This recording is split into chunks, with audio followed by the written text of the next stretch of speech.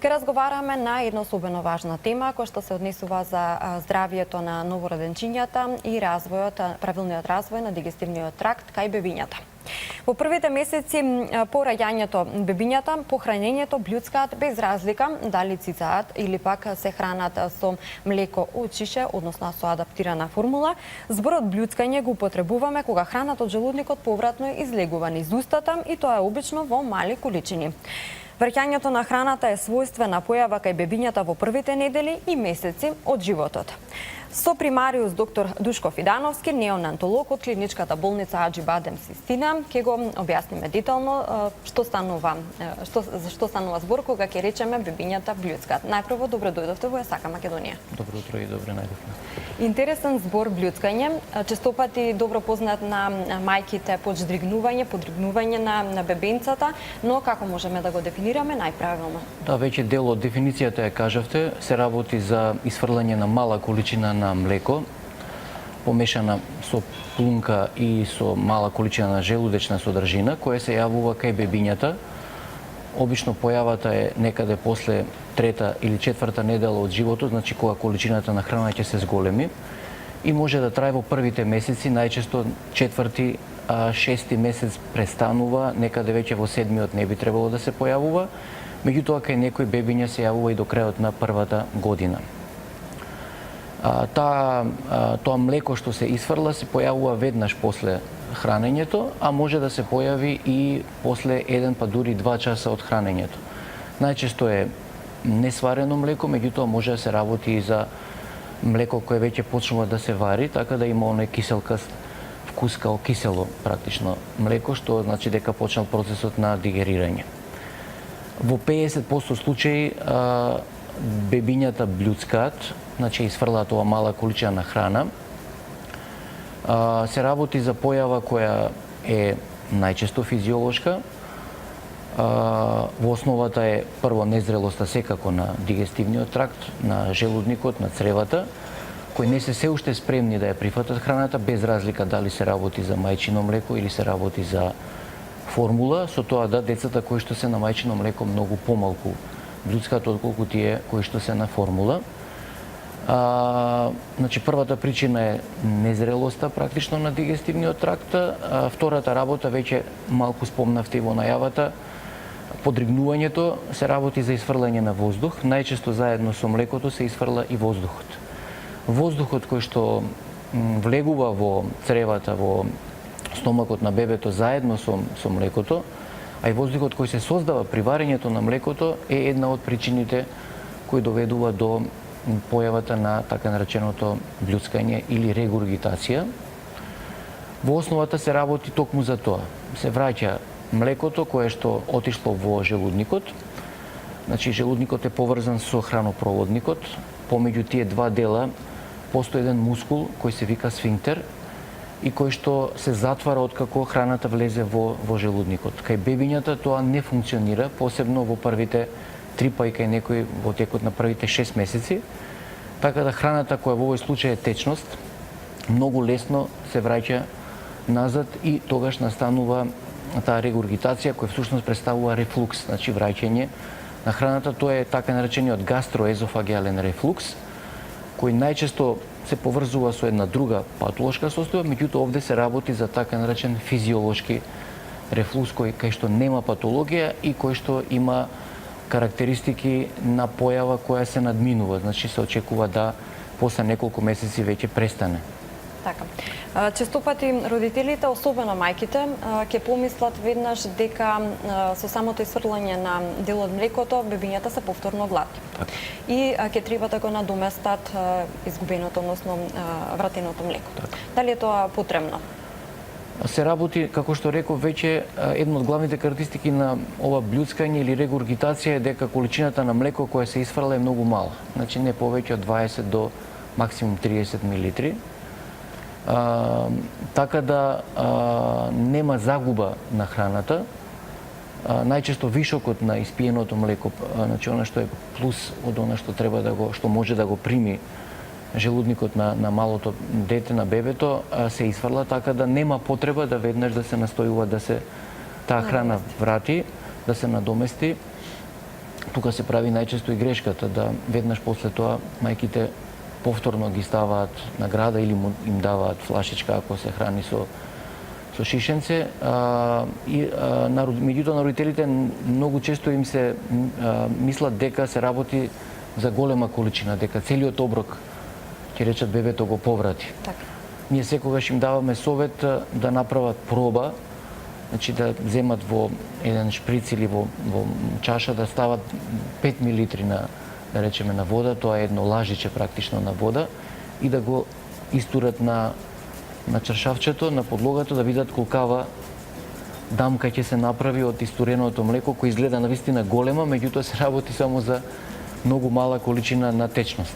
На тој начин ќе се убедат дека тоа не е целото млеко, него се работи само за еден многу мал дел. Така. Едноставен, практичен совет пред се. Но како да му помогнеме пак на бебето кога се јавува тој проблем, односно кога се појавува блјуцкањето? Па прво доењето.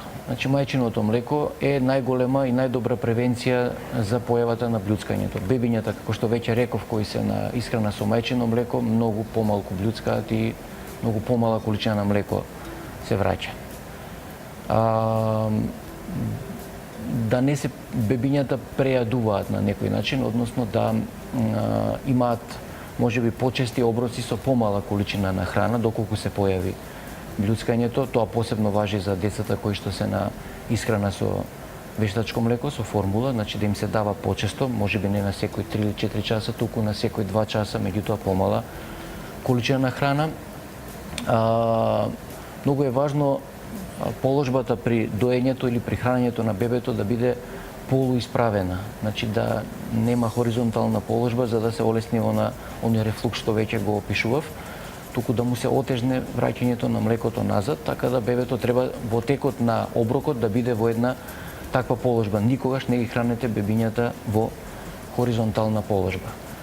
Дури ако е потребно, ако бебето многу блјуцка, во текот на оброкот оставајте ги да подригне, односно го изфрлаат воздухот. Тоа е воздухот кој што секогаш го има во желудникот, кој што влегува при исхраната, при цицањето или при исхраната со флашичка.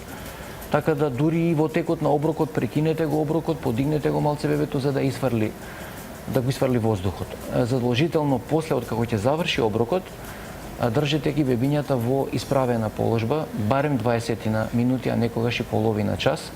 Обично се препорачува да тоа биде положба на градите на рамото на мајката, бебето да нека спие, оставете го, меѓутоа да биде во таква положба.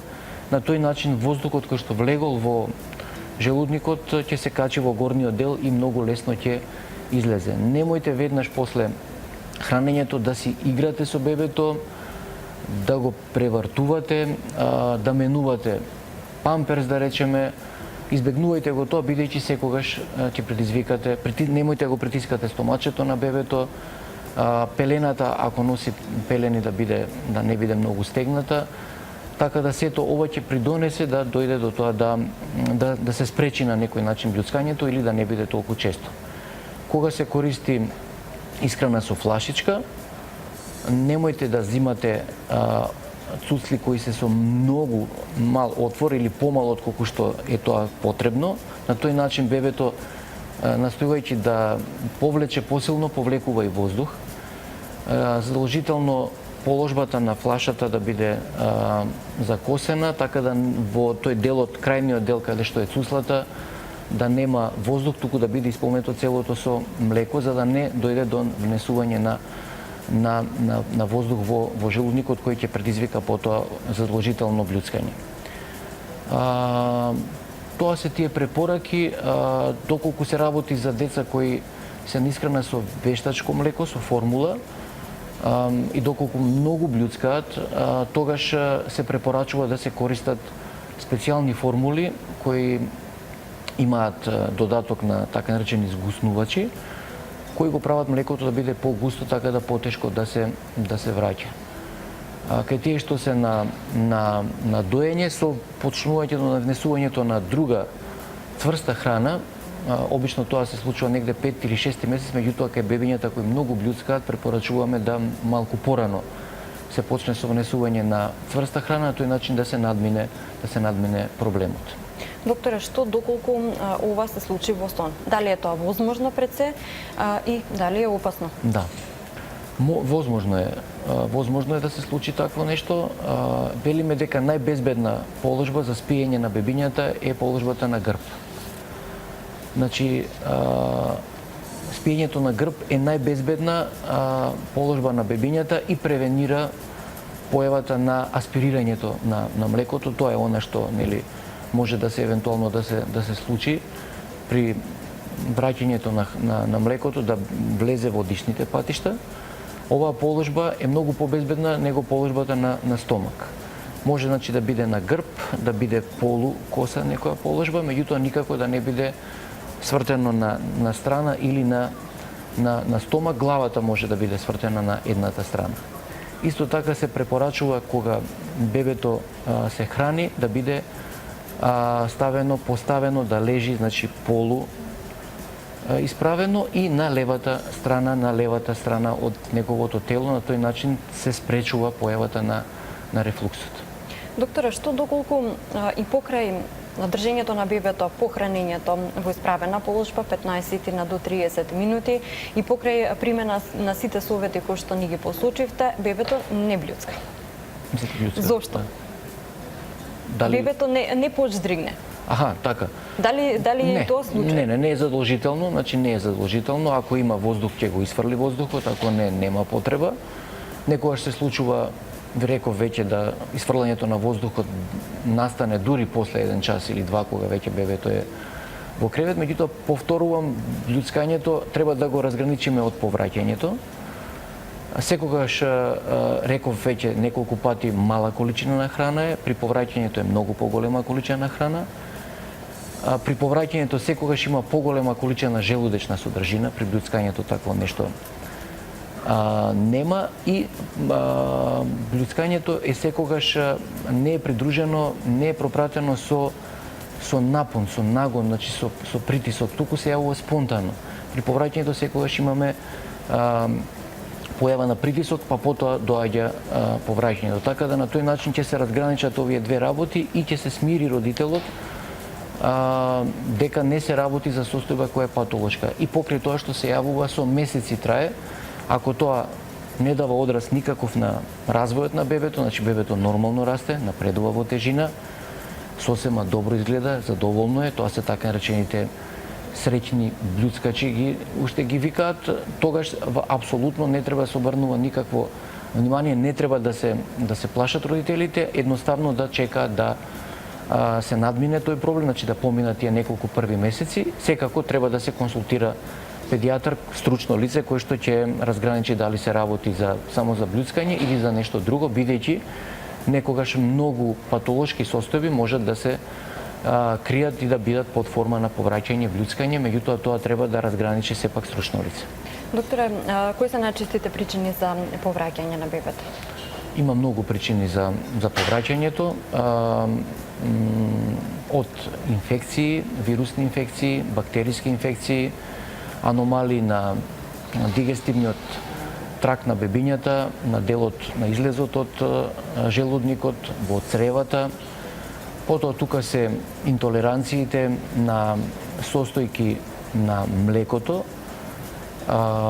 Пред се мислам на децата кои што се хранат со вештачко млеко, значи интолеранција на протеините на кравието млеко, интолеранција на млечниот шекер, лактозата.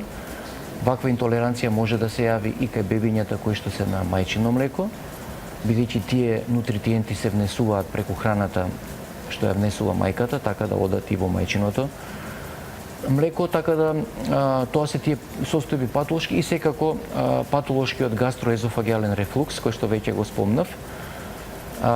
Доколку тоа нефункционирање на тој мускул продолжи и после 3-тиот или 6-тиот месец, и доколку враќањето на храната е пропратено со воспаление на хранопроводникот, па дури со чести аспирирање на млекото и влегување во дишните патишта, тогаш велиме дека се работи не за физиолошки рефлукс, туку за патолошки рефлукс или за така наречена гастроезофагиална болест.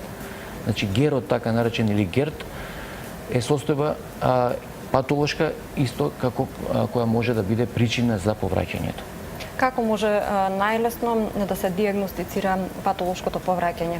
И кога родителите ќе треба веќе да бидат алармирани дека станува збор за патолошко повраќање? Значи голема количина повраќање на голема количина храна, на млеко во овој случај, повраќање кој се јавува многу често после секој оброк или неповрзано со оброк, поврзано исфрлање на храна која е помешана со желудечна киселина. Состојбата општа на бебето нема да биде добра, значи бебето ќе изгледа болно, ќе биде дехидрирано, ќе доведе до пад во тежина, може да има и други пропратни симптоми, болки во стомакот, температура. Бебето нема да напредува добро, значи ќе има заостаток тежински и ќе има знаци на дехидратација. Најчест знак на дехидратација кој што може да го забележат родителите е дека нема памперсот ќе биде сув, велиме ние, значи нема да има натопување со урина секој 3 до 4 часа, тој треба да биде потполно натопен, туку ќе има да речеме 6-7 часа без воопшто да има урина, тоа е првиот знак кој што ги алармира обично родителите дека бебето е дехидрирано. Тоа се вака некои велиме ние знаци кои се алармантни, кои дигаат црвено знаменце и кои треба да го натераат родителот, па и лекарот, ако ги забележи, да помисли на некој од патолошките состојби и да се види за што точно се работи, да се превземат соодветни мерки за лекување. Спомнавте дека рефлуксот е многу честа појава кај бебињата, особено во првите 3 месеци. Да. Што доколку се јави, односно продолжи по првите 3 месеци? Обично толерираме да поминат првите 6 месеци. Вообичаено кај недоносените, значи кај предвреме родените деца, ако кај бебињата што се родени во термин појавата е честа негде 40-50%, кај нив зависно од тоа колку се повеќе предвремено родени, толку е поголем процент на бебиња кои што блјуцкаат и кои што го имаат рефлексија, значи негде 80-90%. Едноставно треба да се следи бебето, да се види дали има одраз на тежината.